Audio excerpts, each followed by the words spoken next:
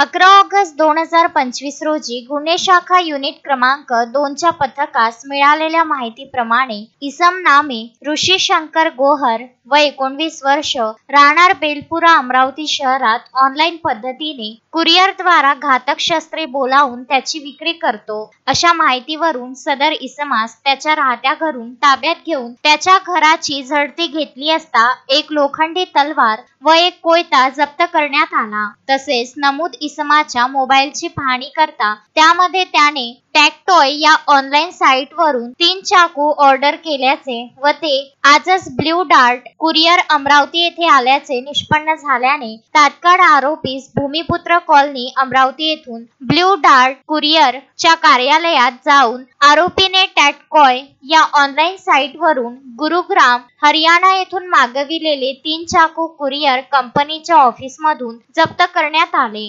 यापूर्वीही आरोपीने 2 चाकू असेच ऑनलाईन पद्धतीने मागितल्याचे तपासात निष्पन्न झाल्याने ते आरोपीकडून जप्त केले। नमूद आरोपीच्या ताब्यातून एकूण 7 घातक शस्त्रे अंदाजे किंमत 10,000 रुपयाचा मुद्देमाल जप्त करण्यात आला आहे। आरोपी ऋषी शंकर गोहर वय 19 वर्ष राहणार बेलपुरा अमरावती विरुद्ध तसेच टॅगटॉय कंपनीकडून चाकू पाठवणारा भारत नवजी राहणार सनवाडा जिल्हा सिरोही राज्य राजस्थान तसेच शिप रॉकेट तसेच TTI दोन्ही सिराही राजस्थान येथील शिपर कंपनीचे मालक ब्ल्यू डार्ट कंपनीचा गुरुग्राम हरियाणा येथील सिक्युरिटी मॅनेजर विशाल सिंग चौहान व अमरावती कार्यालयाचा मॅनेजर भोलेश्वर दास बघेल राहणार तुमसर हल्ली मुक्काम चैतन्य कॉलनी अमरावती यांच्या विरुद्ध पोलीस स्टेशन राजापेठ येथे कलम 4/25 आर्म ऍक्ट सह कलम 135 प्रमाणे